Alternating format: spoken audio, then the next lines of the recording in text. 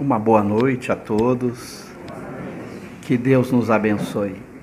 É uma alegria muito grande estarmos pela primeira vez nesta casa para conversarmos sobre o pensamento e a obra de Allan Kardec. Estamos aqui como representantes do Instituto de Divulgação Espírita Allan Kardec, que fica aqui na cidade de Curitiba. Quem quiser conhecer, basta entrar no site ideac.com.br, que lá terá o endereço e poderá nos visitar.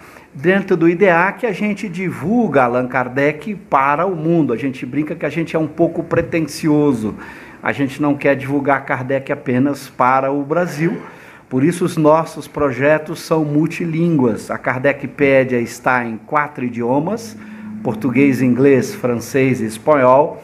O nosso sonho, o nosso projeto dentro do IDEAC é conseguir levar a Kardecpédia nos próximos 20 anos a 10 idiomas, não apenas dentro desses 4. Temos também o Kardec Books, que é a editora que pertence ao Instituto, cujos autores, eu e outros autores, doamos os direitos autorais dos livros para a manutenção das atividades do IDEAC. O Kardec Play, que é uma plataforma de vídeo, aulas explicativas da obra de Kardec, onde a gente explica a obra de Kardec. Estamos explicando o Livro dos Espíritos, pergunta a pergunta, para aqueles que querem estudar esta obra admirável. Então nós convidamos vocês, quem quiserem conhecer esse projeto, basta entrar dentro do IDEAC, no site, e poderão conhecer todos os nossos projetos.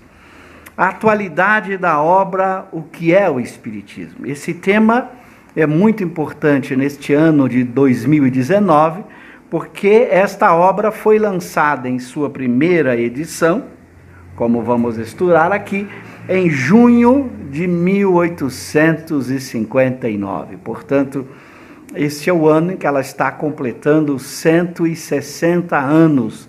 Daí a importância da gente conversar sobre essa obra. E nós vamos ver a importância desta obra para quem quer estudar o Espiritismo. Não é uma obra muito conhecida, por incrível que pareça. As pessoas costumam começar o estudo das obras de Kardec pela obra O Livro dos Espíritos. Alguns até invertem, começam pelo Evangelho segundo o Espiritismo. Mas Kardec sugere, como a gente vai ver mais adiante, uma ordem para se estudar a doutrina espírita. Nesta ordem por ele sugerida, como veremos, a obra O que é o Espiritismo está em primeiro lugar. Kardec recomenda como sendo a primeira obra a ser estudada pelo espírita.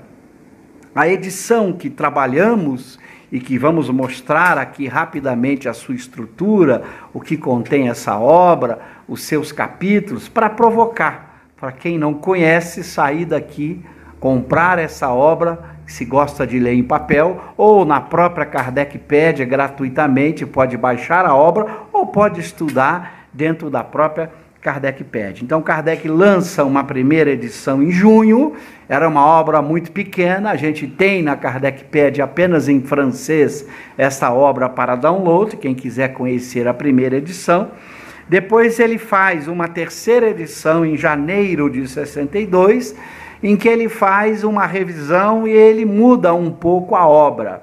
Mas a edição definitiva, aquela que é hoje utilizada na Kardecpédia, que é traduzida aí por vários tradutores brasileiros, é a 6ª edição de janeiro de 1865, em que Kardec aumenta consideravelmente a obra. A primeira edição era uma obra bem fininha.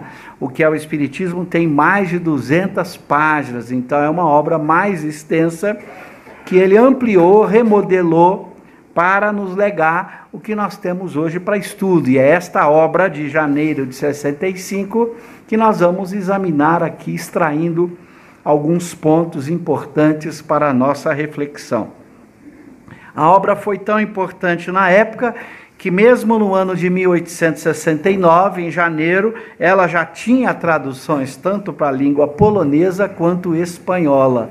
Então veja a importância da obra mesmo no período Allan Kardec, lembrando que em janeiro de 69, Kardec ainda estava encarnado, ele vai desencarnar em 31 de março de 69.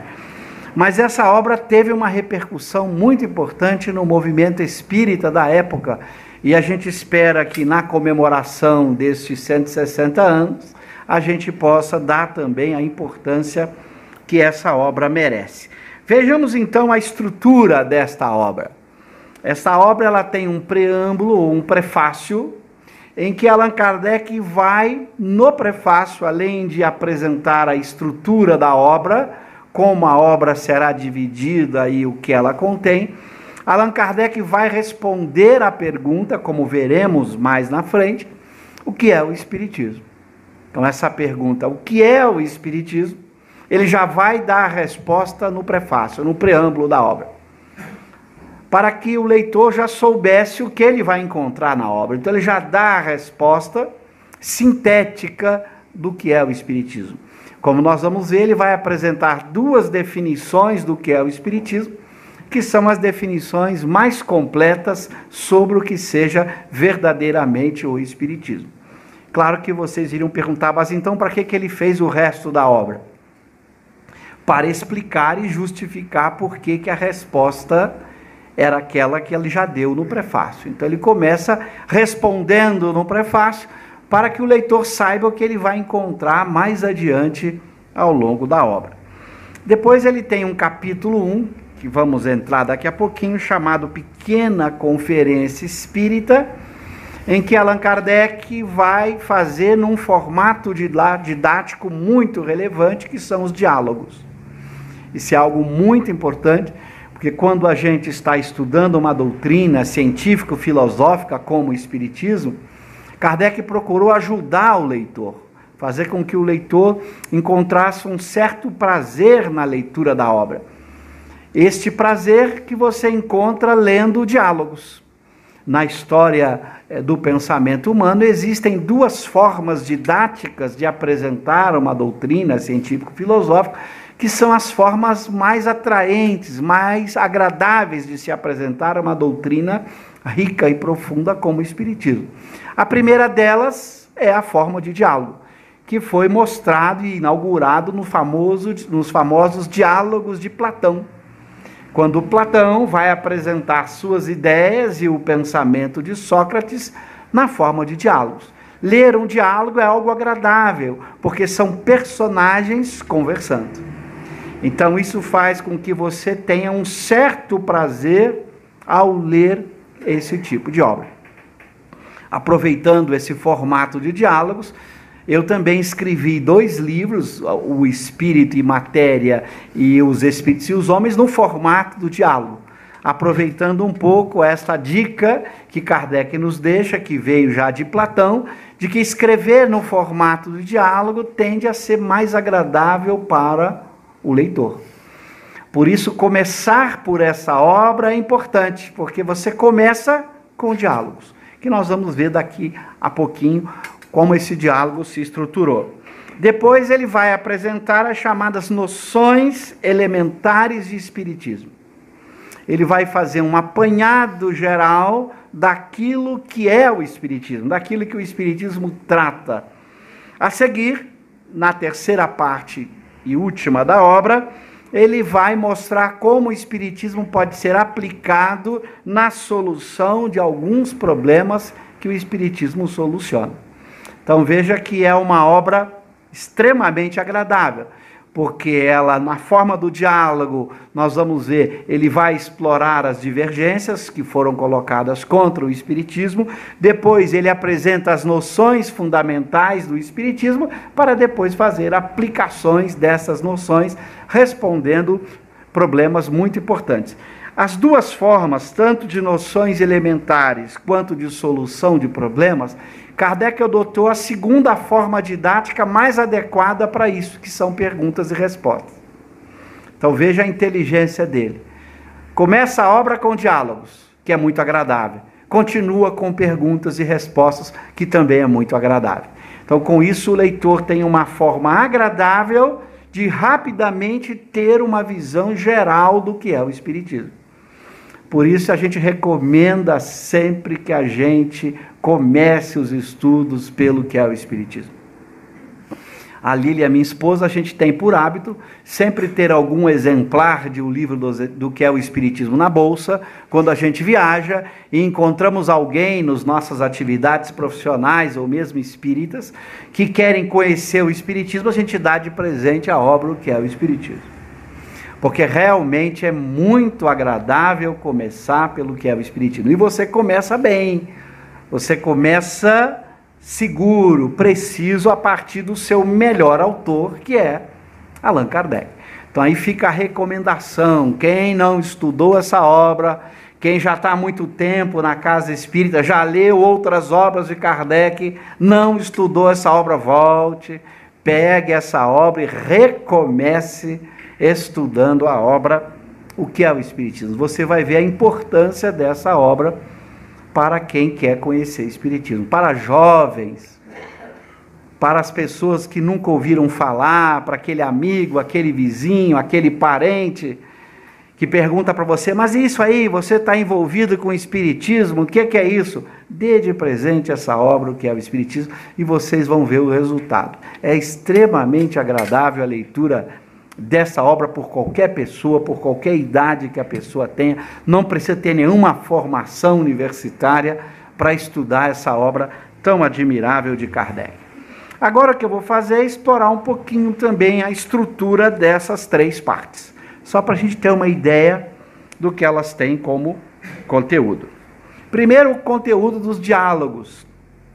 Kardec mesmo vai dizer o que ele pretende com esses diálogos. Então aqui eu trago o pequeno parágrafo em que Kardec diz qual é o propósito desses diálogos. Diz ele: sob a forma de diálogos, o primeiro capítulo desse volume encerra a resposta às observações mais comumente feitas por aqueles que desconhecem os princípios fundamentais da doutrina, e bem assim a refutação dos principais argumentos de seus contraditores.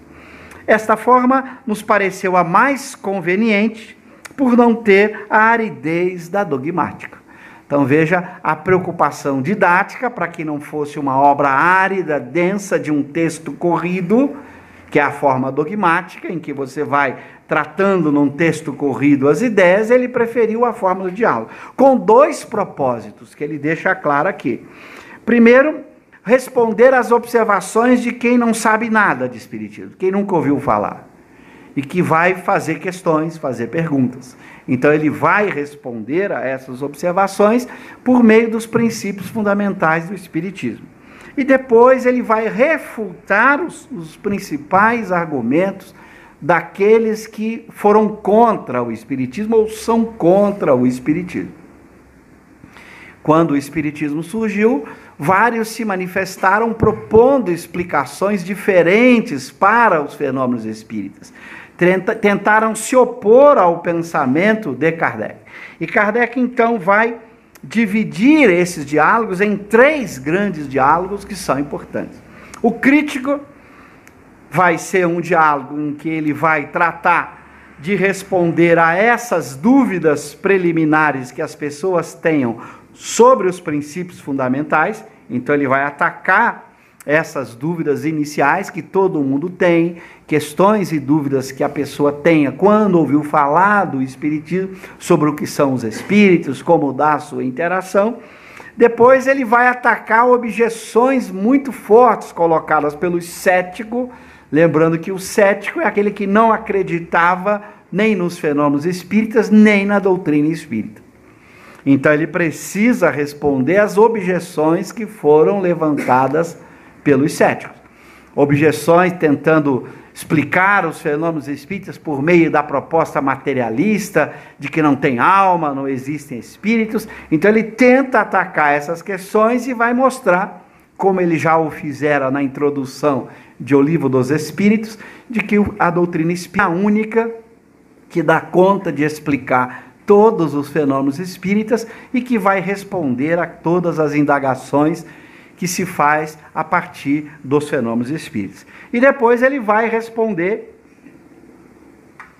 as objeções da igreja, que foram muitas objeções da igreja que surgiram na sua época e que valem até hoje. Então ele vai ter que atacar essas objeções que padres, que autores da igreja fizeram contra o espiritismo. Então ele responde aos cientistas, aos filósofos, céticos, e vai também responder aos religiosos, tentando mostrar que os argumentos, tanto de cientistas e filósofos, quanto de religiosos, não foram fortes o suficientes para abalar a doutrina espírita. Que é possível dar respostas muito claras e racionais, tanto para esses críticos filosóficos e científicos, quanto para os críticos religiosos. Então veja que essa primeira parte vai ter esse papel de mostrar para o leitor que o espiritismo está muito bem fundamentado e que ele consegue responder com lógica, com bom senso a todos os seus críticos que surgiram à época de Allan Kardec. E por incrível que pareça, quando a gente lê esses críticos que surgiram na época de Kardec e a gente olha os críticos que surgem hoje, são os mesmos.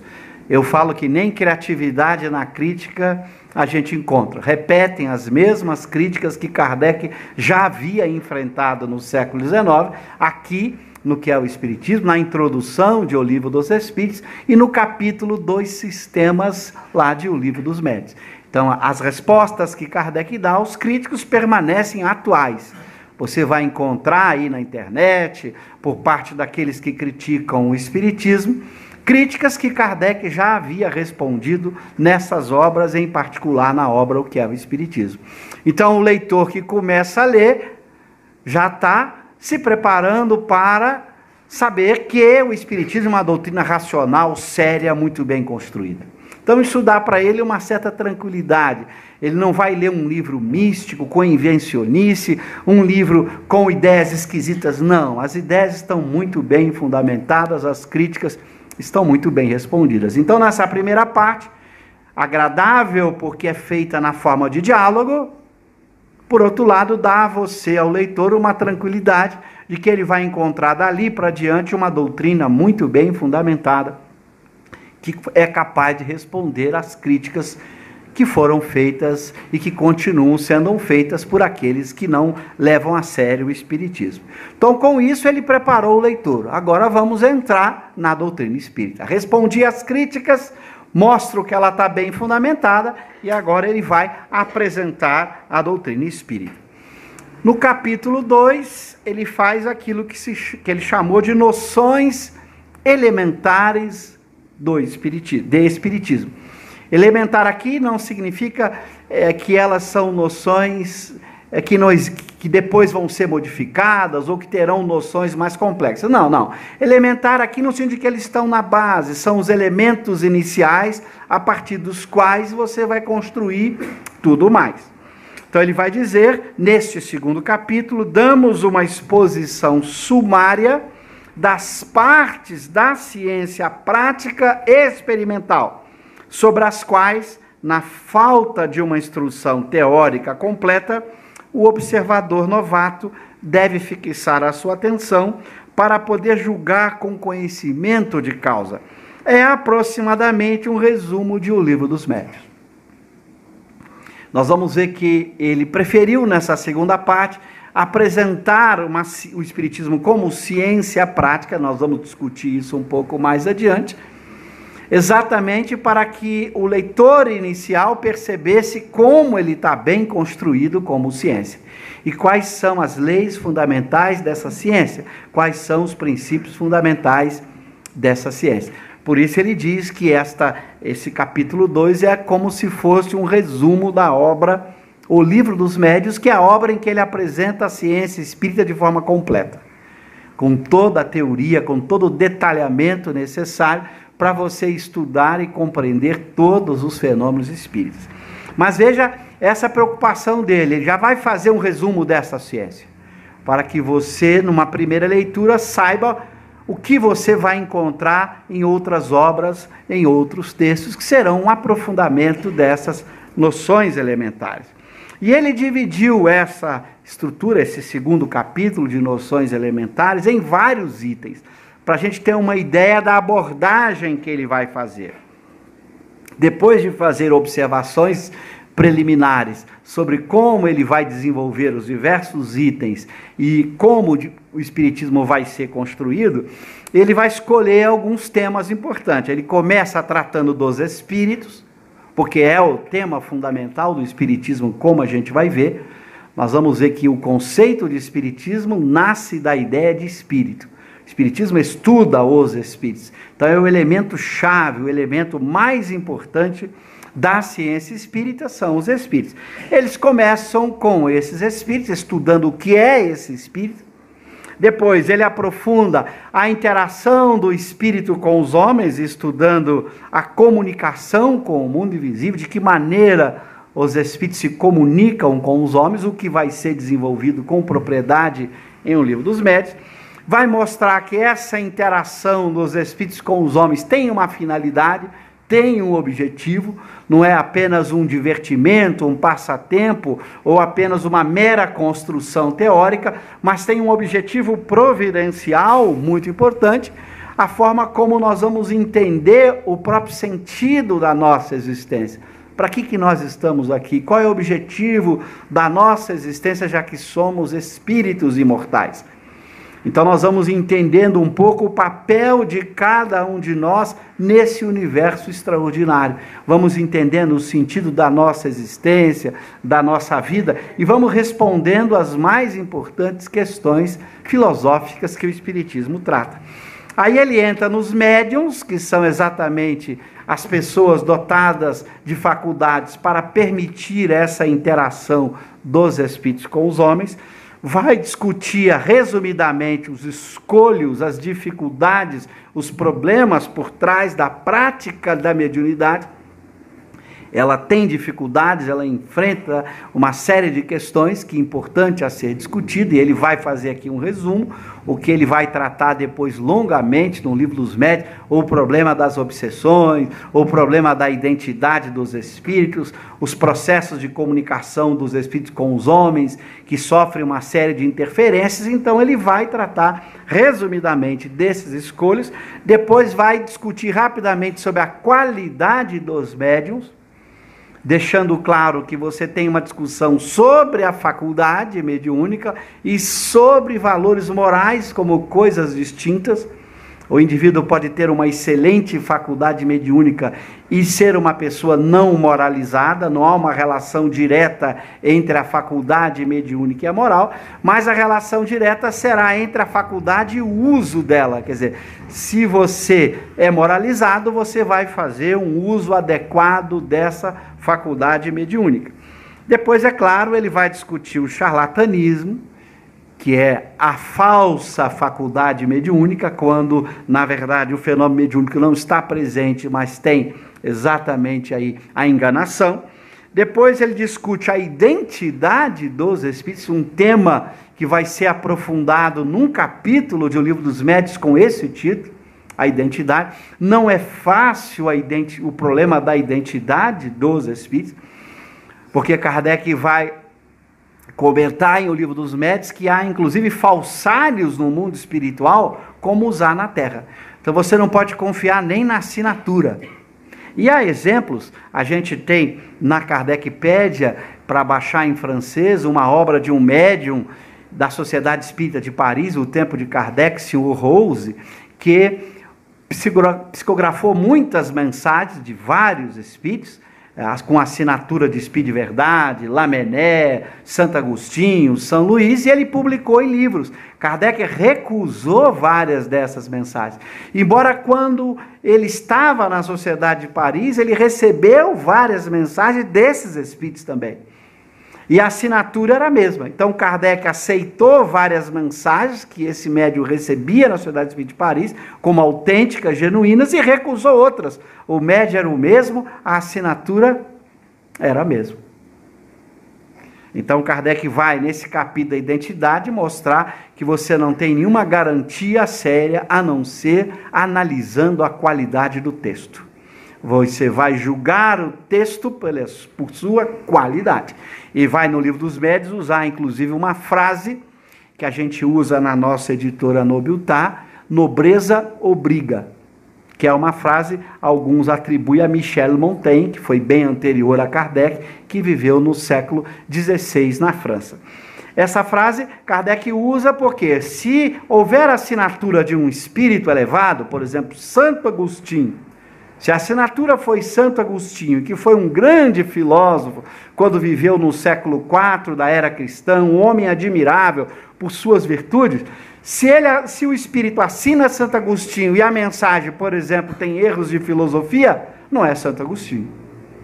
Se tem erros de ética, de moral, não pode ser Santo Agostinho. Nobreza obriga.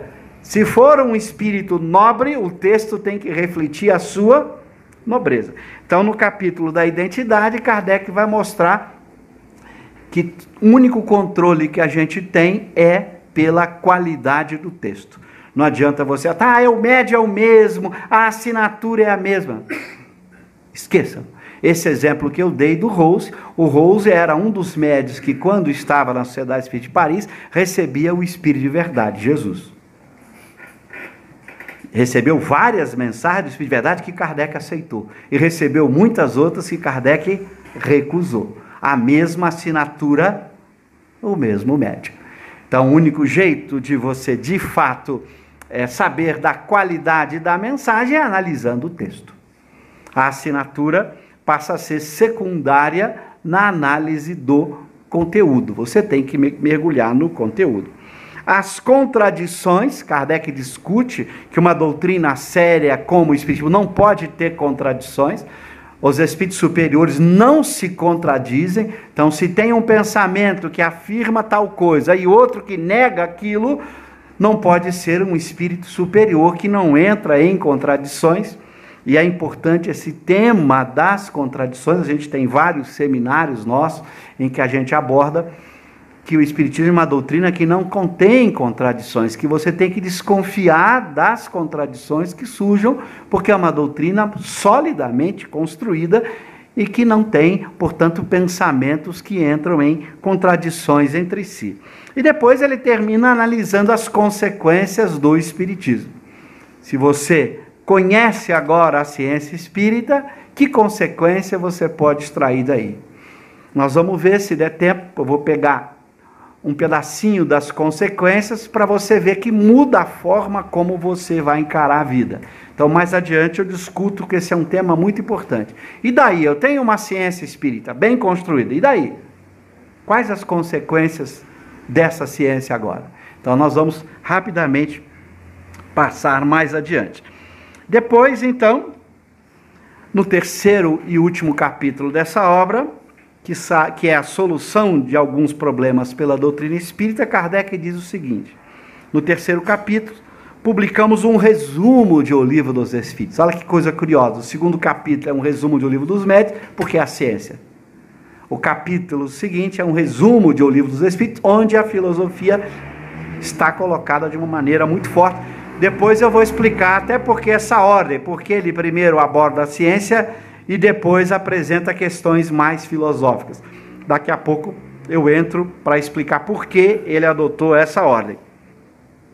Então, publicamos um resumo de O Livro dos Espíritos com a solução pela doutrina espírita de certo número de problemas do mais alto interesse, de ordem psicológica, moral e filosófica, que diariamente são propostos e aos quais nenhuma filosofia deu ainda resposta satisfatória.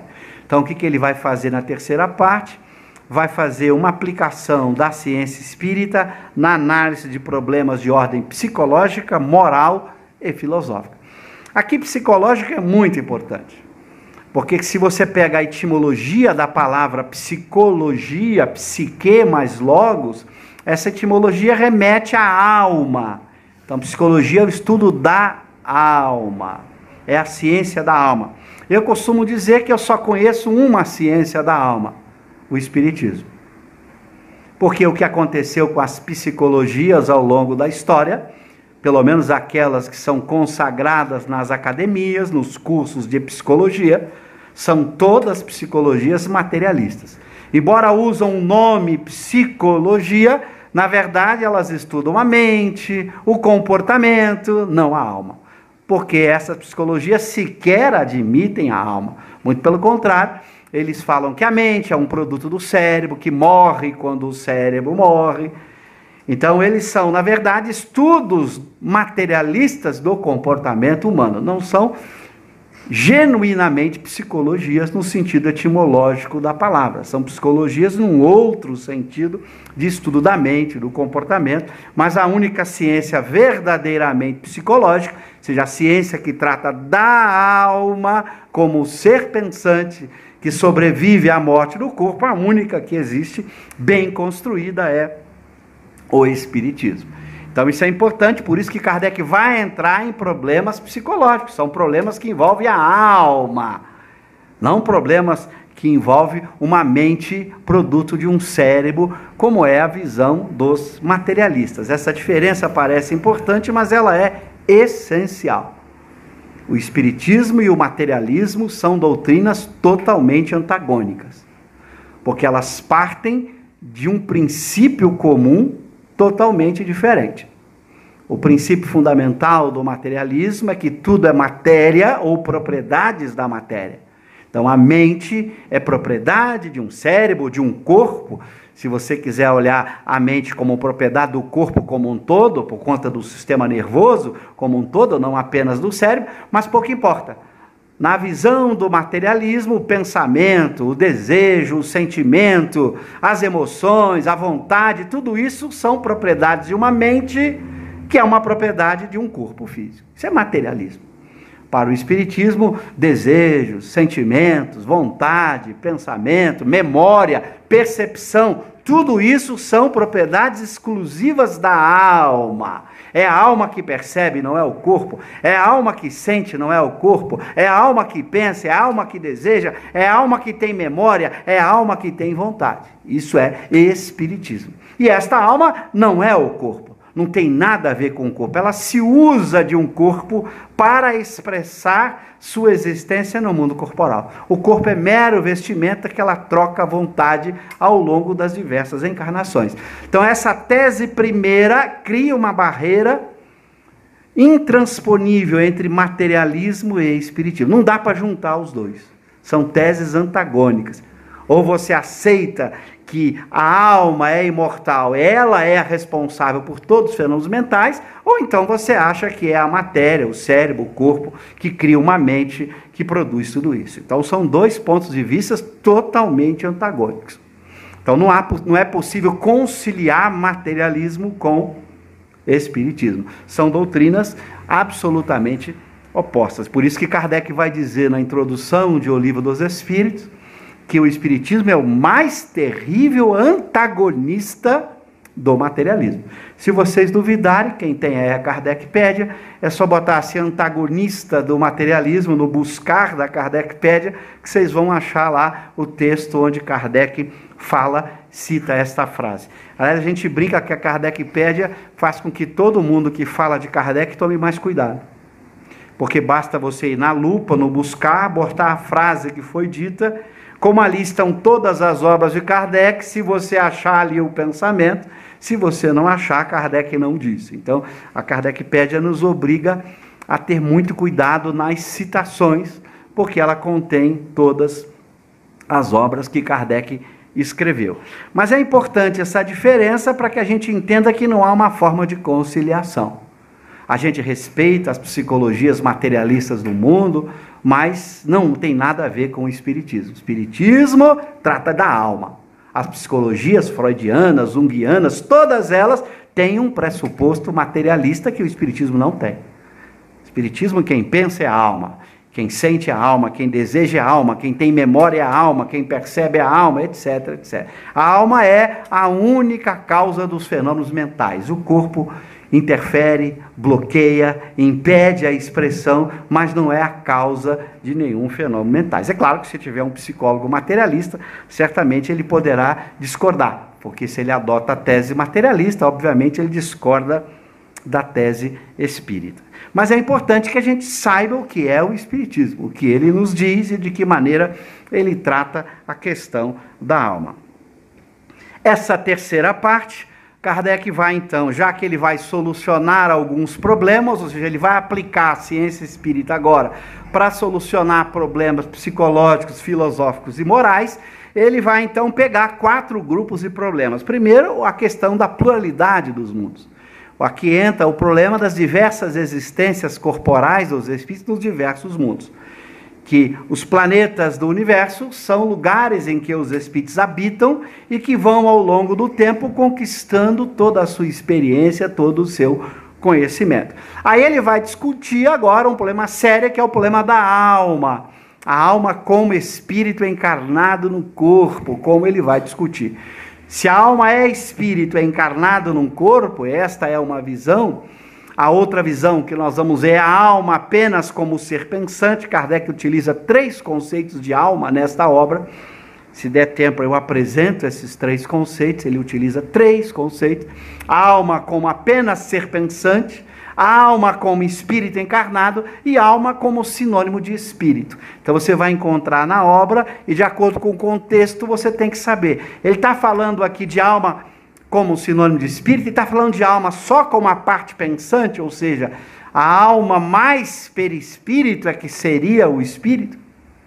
Porque se a alma é só a parte pensante, como o espírito tem uma parte semimaterial, perispírito, o espírito seria a junção da alma com o perispírito. E às vezes também ele usa a palavra alma como sinônimo de espírito, sem se preocupar de fazer essa distinção, colocando o espírito como alma mais perispírito.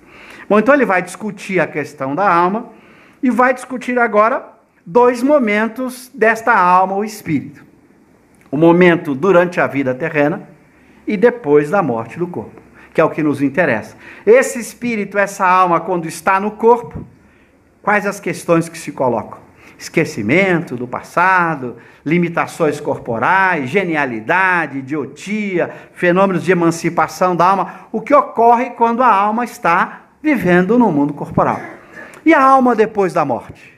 O que fica com a alma depois da morte? O que ela leva, como se dá suas percepções, suas sensações, o que ocorre com ela após a morte do corpo, seu estado de felicidade, de infelicidade. Então veja que ele vai abordar as questões mais importantes para um primeiro estudo.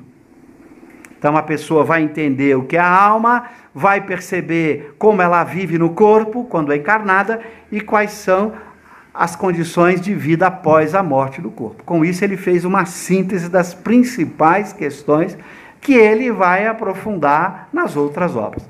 Lembrando que isso aqui é uma obra introdutória para provocar você. Você tem que sair dessa obra com uma vontade de aprofundar esses temas, de mergulhar nesses temas. Esse é o objetivo dessa obra. Além de te dar uma noção bem embasada do que é o Espiritismo, provocar você a continuar estudando essa doutrina especial. Agora, como eu disse no começo, Kardec vai no capítulo do livro dos médiuns chamados do método, eu explico isso com detalhes no meu livro Ordem Didática. Ele vai apresentar a ordem de estudos. Ele vai dizer, aos que quiserem adquirir essas noções preliminares pela leitura das nossas obras, aconselhamos que as leiam nesta ordem. Então ele começa sugerindo, estudem o que é o Espiritismo, primeira obra. Por quê? Diz ele, essa brochura de uma centena de páginas, na verdade, quando ele escreveu isso foi em 1861, ela tinha uma centena. Em 1800, porque o livro dos médiuns é de 1861. A obra de 1865 tem 2 centenas de páginas, não uma. Essa brochura de uma centena de páginas somente contém sumária exposição dos princípios da doutrina espírita, um apanhado geral desta, permitindo ao leitor aprender-lhe o conjunto dentro de um quadro restrito. Em poucas palavras, ele lhe percebe o objetivo e pode julgar do seu alcance. Aí se encontram, além disso, respostas às principais questões ou objeções que os novatos se sentem naturalmente propensos a fazer. Essa primeira leitura, que muito pouco tempo consome, é uma introdução que facilita um estudo mais aprofundado.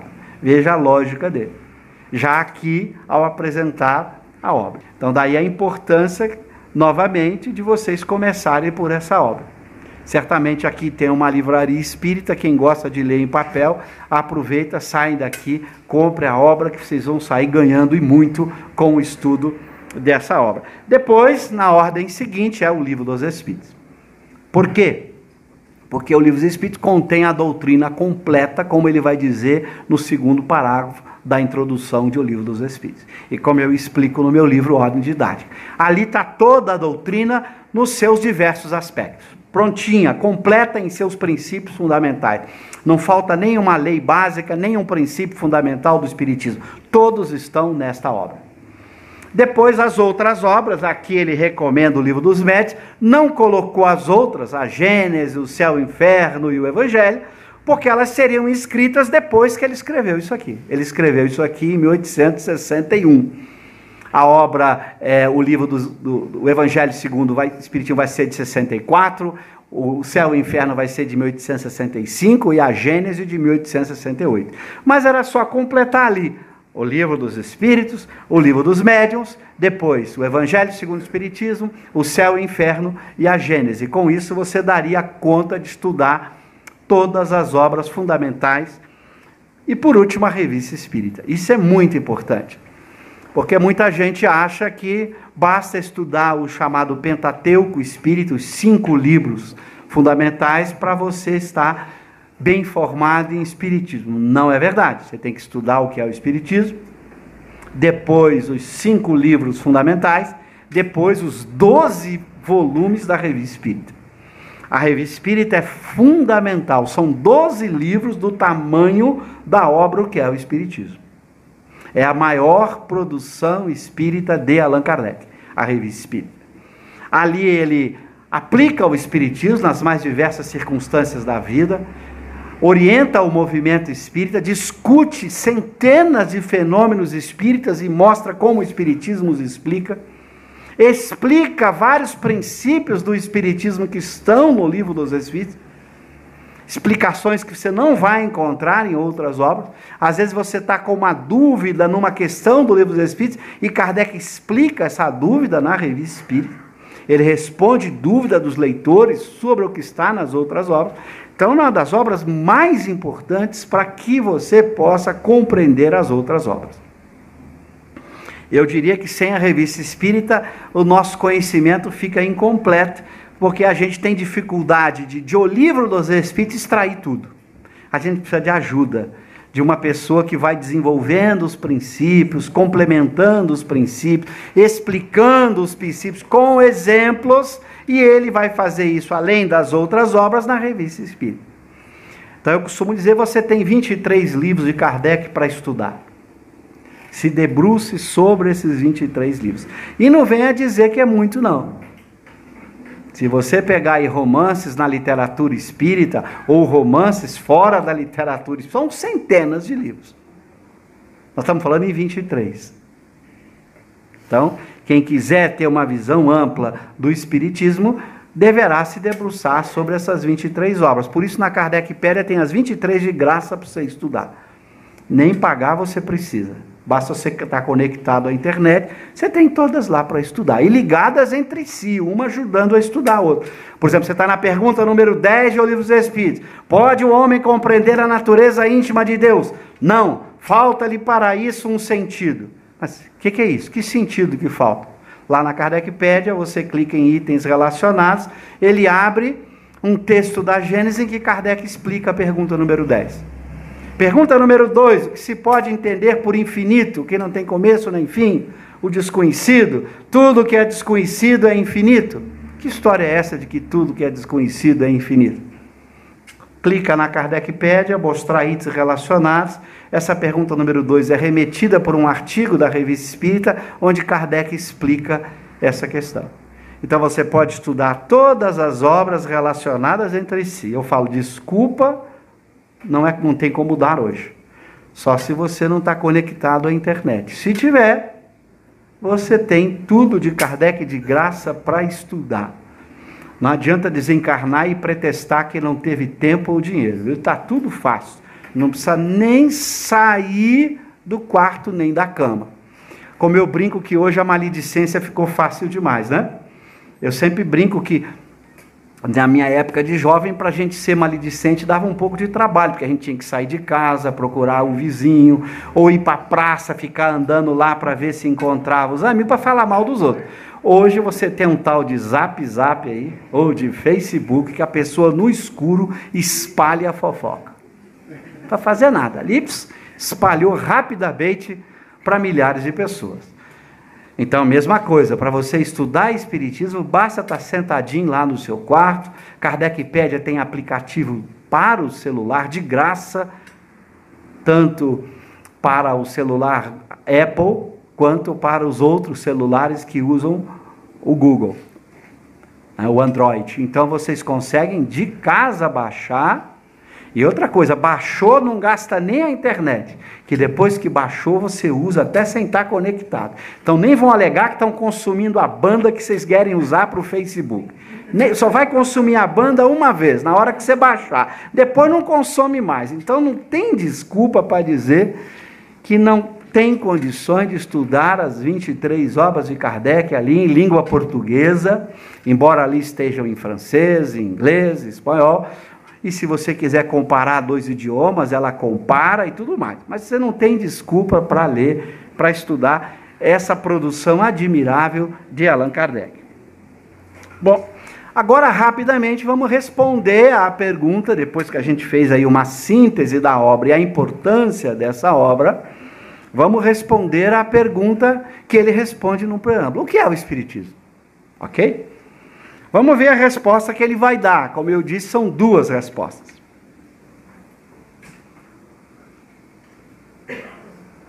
A primeira delas, o que é o Espiritismo? Kardec responde: o Espiritismo é, ao mesmo tempo, uma ciência de observação e uma doutrina filosófica. Aqui ele sintetiza. Ciência de observação, o que é isso? São ciências que dependem da experiência, por exemplo, como a física, a química, a biologia, a sociologia. Não são ciências só da razão, como, por exemplo, a lógica, a matemática, que você basta no quarto, no escuro, pensando que você estuda e resolve. Não, você precisa ir para o laboratório da mediunidade, você precisa interagir com os espíritos. Por isso é uma ciência de observação. Usa a razão mais experiência, mais observação. As ciências da razão usam só razão, como matemática, como lógica, como filosofia. As ciências de observação, não. Elas usam, além disso, o laboratório por meio da mediunidade. Depois é uma doutrina filosófica. Então, ela é uma ciência e tem uma filosofia, que nós vamos ver ligada a essa ciência. Não é uma filosofia no sentido genérico do termo, tal como é a filosofia kantiana, hegeliana, cartesiana. Não é isso. Não se pretende, com a filosofia espírita, responder todas as questões da filosofia. Não é isso. Nós vamos ver que se trata apenas de uma filosofia construída em cima da ciência espírita. Então, é uma filosofia menos pretensiosa. Ela discute temas filosóficos ligados à ciência espírita, e não qualquer tema filosófico. Ele vai explicar isso. Como ciência prática, ele consiste nas relações que se estabelecem entre nós e os espíritos. Então, é uma ciência de observação que tem aplicação prática. Estudando o quê? Os espíritos e como eles se relacionam conosco. Por isso, o espírito é o tema fundamental. Não há espiritismo sem espírito. Aliás, Kardec tem um artigo na Revista Espírita exatamente com esse título, que vocês podem botar aí na Kardecpédia. Espiritismo sem espírito. Não faz nenhum sentido. Porque o espírito é o elemento central do estudo do espiritismo. Se não tiver espírito, não tem espiritismo. Por isso o espiritismo não toca nas ciências materialistas e não depende delas. O espiritismo não depende da física, da psicologia, da sociologia, de nenhuma ciência materialista. Porque ele trata do espírito e suas relações com o mundo corporal. Não trata da matéria, de mente ou qualquer outra coisa desse tipo. Então ele é totalmente independente dessa ciência. Por isso você vai ver lá na introdução do Livro dos Espíritos, no item 8, Kardec produziu uma frase admirável. O espiritismo não é da alçada da ciência. E às vezes as pessoas me mandam, como a ciência, na ciência não tem nada a ver, a ciência é materialista. A ciência materialista, ela não estuda a alma, não aceita a alma, não quer saber da alma. A física não estuda a alma, não quer saber da alma.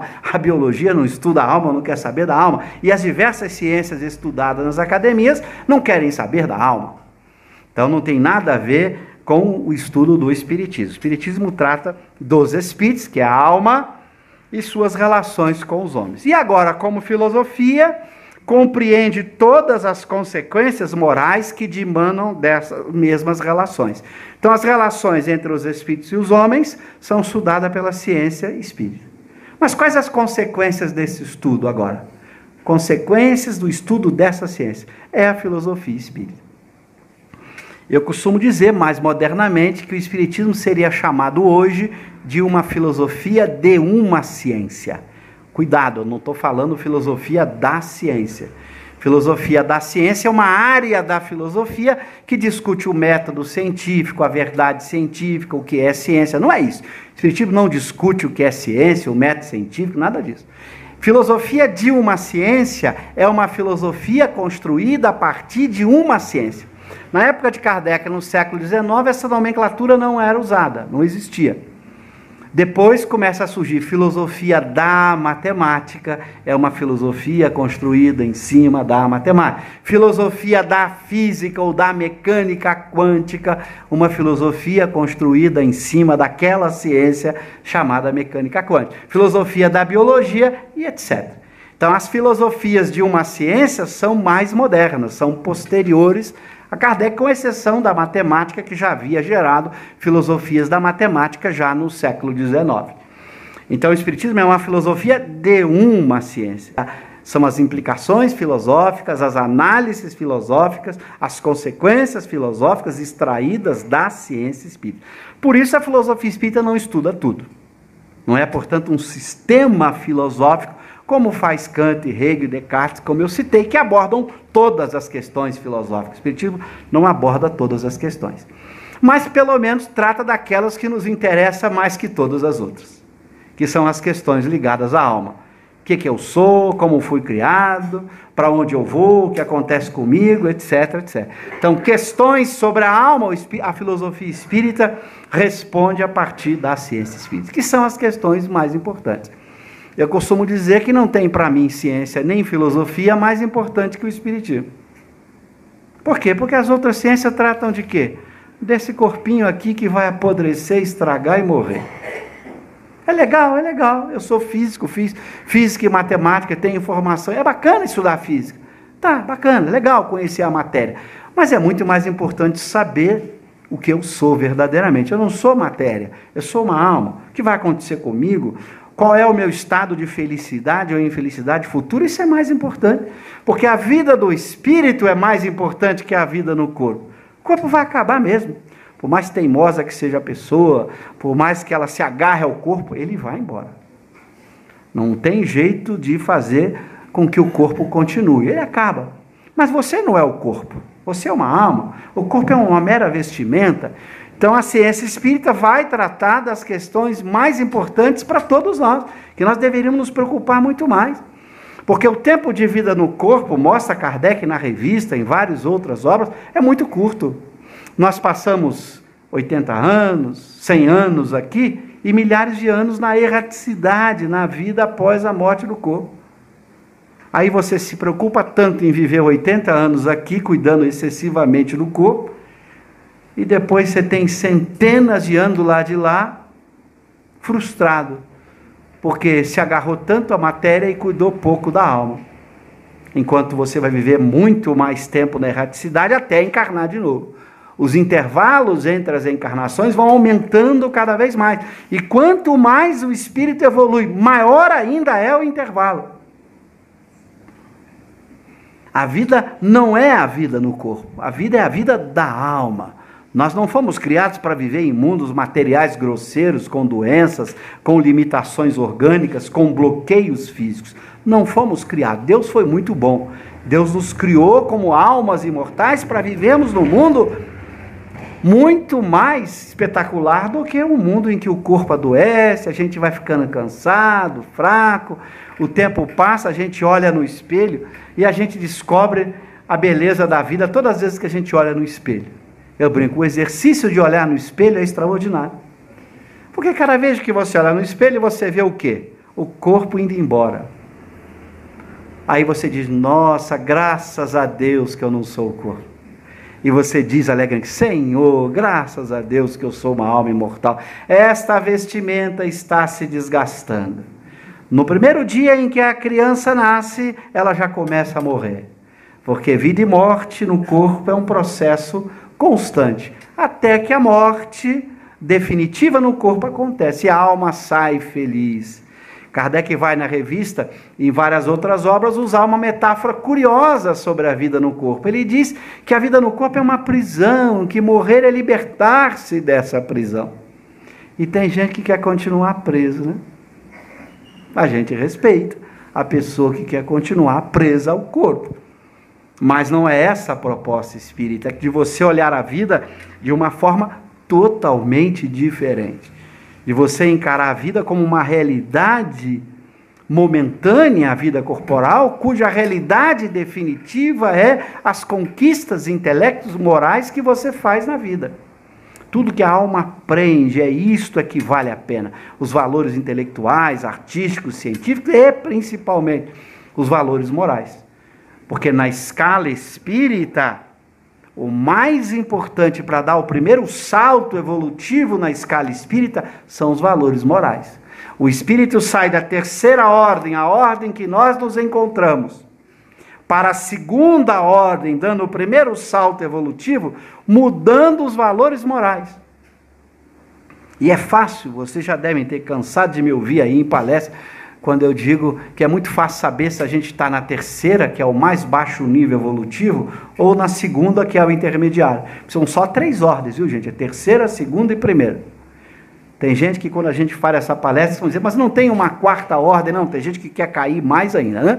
Mas não tem. É só uma terceira. E é fácil você saber se você está na terceira ou segunda ordem. Basta você perguntar para você mesmo algo muito simples. Você sente de vez em quando, não precisa sentir sempre, tristeza, ciúme, mágoa, raiva, ódio, etc. Se você diz sim, de vez em quando eu sinto isso, então você está na terceira ordem. Pronto. Simples assim. O primeiro salto evolutivo é eliminar todas as emoções ruins. É por mais difícil que seja a vida, não perder a alegria de viver, não sentir raiva, ódio, não reclamar, não queixar, agradecer a Deus a cada instante, sorrir diante da pior doença, da pior tragédia, dizer graças a Deus que eu não sou o corpo, que eu sou o espírito imortal. Dai-me força para passar por essas provas, por essas expiações momentâneas, que vão ocorrer ao longo das diversas existências do espírito imperfeito. E você vai continuar alegre, feliz, não se queixando jamais, não reclamando da vida, fazendo a sua parte, procurando cada dia ser melhor do que o dia anterior. Então, se você vai fazendo esse exercício de ser melhor, de eliminar pensamentos, emoções ruins, você está caminhando para a segunda ordem. Então, a segunda ordem não é processo evolutivo intelectual, como algumas pessoas pensam. Existem brilhantes filósofos, cientistas, que a gente sente inveja da inteligência deles, que a gente não teria condições de acompanhar o raciocínio deles, mas desencarnam e continuam na terceira ordem do nosso ladinho, hein? Está aí, ó, com inveja, com ciúme, com mágoa, com raiva, com ódio, terceira ordem. O salto da terceira para a segunda não se dá no progresso intelectual, se dá no progresso intelecto-moral, como vai dizer no progresso moral, como vai dizer Kardec, eliminando os desejos maus, só tendo desejos bons. E para só ter desejos bons, eu só tenho que cultivar boas emoções, bons sentimentos. Então esse esforço de combater o ciúme todo dia, a inveja todo dia, a mágoa todo dia, a tristeza todo dia, a preguiça todo dia, todas essas emoções ruins que nos mantêm presos à matéria. Porque essas emoções são um reflexo do domínio da matéria sobre o espírito. Porque a matéria, quando adoece, produz tristeza, desânimo, e você tem que enfrentar. A matéria nas dificuldades da existência social, nas crises econômicas, políticas, sociais, pessoais, nas crises familiares, de relacionamento, você tende o quê? a manter essas emoções ruins. Você briga com alguém, fica com raiva, fica triste. Você tem um conflito qualquer dentro de casa, no ambiente de trabalho, isso te abala emocionalmente. Enquanto você não aprender a que isso não tem que te abalar, porque você é dono de suas emoções, você é dono dos seus desejos, você é dono da sua vontade, enquanto você não conquistar isso, você continua junto comigo na terceira ordem. Ainda bem que a gente não está sozinho, né? Tem muita gente comigo. Aliás, tem algum espírito da segunda ordem aqui? Levante a mão. Se tiver, desculpa, não estou falando para vocês. Vocês podem até ir embora, porque o livro dos Espíritos não foi escrito para espíritos de segunda ordem, só para os de terceira ordem. Esses é que precisam de uma doutrina que os oriente a fazer esse esforço diário de transformação moral.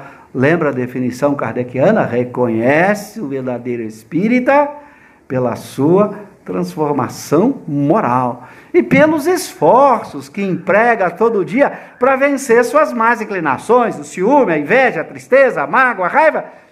É esse esforço que faz o verdadeiro espírito.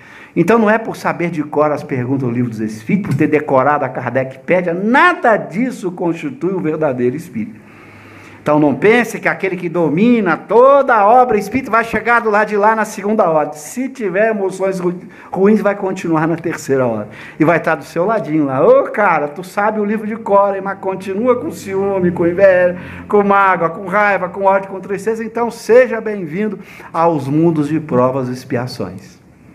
Só sairemos dos mundos de provas e expiações quando deixarmos de ser espíritos imperfeitos. Então nós só iremos para mundos felizes, para mundos onde essas emoções não são cultivadas, quando nós não as cultivarmos. E nós nos enxergaremos do lado de lá, todo mundo. Aí você quer enxergar um Sócrates, um Allan Kardec? Infelizmente não vai enxergar. A não ser que ele em algum momento deseja se tornar visível para você. Caso contrário, você não vai conseguir ter uma vida regular e normal com eles, porque eles terão invisíveis a você. Poderão até passar ali por você, estar olhando você e você não os vê, porque a densidade de seu perispírito está de acordo com essas emoções. O que dá densidade ao perispírito são os sentimentos, as emoções, os desejos, esses pensamentos. Se tem os sentimentos ruins, desejos ruins, vamos estar na mesma atmosfera espiritual, no mesmo nível evolutivo. Então, se a gente quer dar o salto, é o esforço moral em primeiro lugar. O intelectual é só ferramenta para ajudar. Eu costumo dizer, é importante estudar Espiritismo para que as ferramentas que o Espiritismo lhe ofereçam sejam úteis nesse esforço. Por exemplo, se o Espiritismo provar para você e você estiver convencido disso que eu estou falando, de que você é uma alma imortal, você vai se esforçar para isso. Agora, se você não estuda e tem dúvida, será mesmo que eu sou um corpo que pensa ou uma alma? Se você está na dúvida entre a doutrina materialista e a espírita, para que você vai se esforçar para ser virtuoso? Você está brincando? Eu vou ter que fazer esse esforço tremendo para vencer tudo que eu sou? E se a vida acabar com a morte? De que valeu todo o esforço? Valeu nada.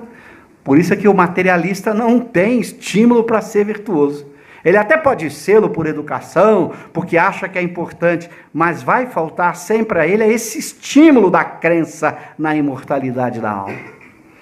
Ele vai ficar sempre na dúvida, eu vou pensar primeiro em mim, primeiro nos meus filhos, porque todo mundo vai morrer, deixa eu cuidar dos meus entes queridos, o resto é que se dane. Então veja, o conhecimento espírita é uma ferramenta poderosa para você dar um salto moral. Por isso ele é importante. Não é pelo conhecimento em si, mas pelo emprego que você pode fazer deste conhecimento a benefício de você mesmo no seu processo de transformação moral. Eu falei inveja, mas o que é inveja? Como eu combato a inveja? Vai estudar Espiritismo que você vai saber. Eu falei em ciúme, em raiva, em ódio, como é que eu enfrento isso? Vai estudar o Espiritismo que você vai saber. Então o Espiritismo fornece as ferramentas intelectuais, práticas, para que você possa aplicá-las na sua vida moral e fazer essa transformação moral. Por isso a doutrina espírita é importante, e não como doutrina em si. Não é para deleite intelectual, a gente ficar aqui conversando intelectualmente. Não é só para deleite intelectual, embora é um deleite intelectual, porque ela é linda, ela é bonita, ela é bem construída, então dá um prazer intelectual. Mas não é esse o objetivo exclusivo do deleite intelectual. O objetivo é usar essa beleza dessa construção na transformação moral, utilizando o conhecimento na prática. E agora, como é que eu faço para botar em prática tudo isso que eu estudei? Então, esse é o desafio de todos nós espíritos. Estudarmos essa doutrina admirável, essa ciência, essa filosofia, mergulharmos no seu conhecimento, como sendo a mais poderosa ferramenta que Deus nos deu para a nossa transformação moral. Se olharmos o Espiritismo como essa ferramenta poderosa, vamos sentir animados para estudá-lo. Vou estudá-la porque eu quero sair desta encarnação melhor do que entrei. Porque se eu voltar igual ao que entrei, perdi 80 anos, 90 anos de existência, vou ter que recomeçar. E lembro mais ainda, a fila é grande, viu? Para voltar de novo vai demorar muito tempo, porque tem muita gente que precisa de uma oportunidade, e você desbaratou a sua. Olha o que a consciência vai nos dizer. Você perdeu a sua oportunidade por 80 anos, agora tu já quer voltar para refazer o caminho? Agora espera, a sua vez vai demorar. Tem outras pessoas precisando desta oportunidade de refazer caminhos. Então que a gente aproveite o tempo, reflita na importância do tempo. São 70, 80, se for teimoso, 100 anos, mas vai embora. Não adianta a teimosia. Então aproveite esse tempo, não importa a idade, se tenha 50, 70, 80, estude o Espiritismo, mas acima de tudo, procure vivê-lo no dia a dia, trabalhando esse mundo de emoções para que você construa um mundo melhor. É por isso que eu costumo dizer, a gente tem que estudar Kardec, gente, para compreender Kardec, mas acima de tudo para viver Kardec, porque viver Kardec é viver Jesus na sua mais completa pureza. Muito obrigado, tenhamos uma boa noite, que Deus nos abençoe.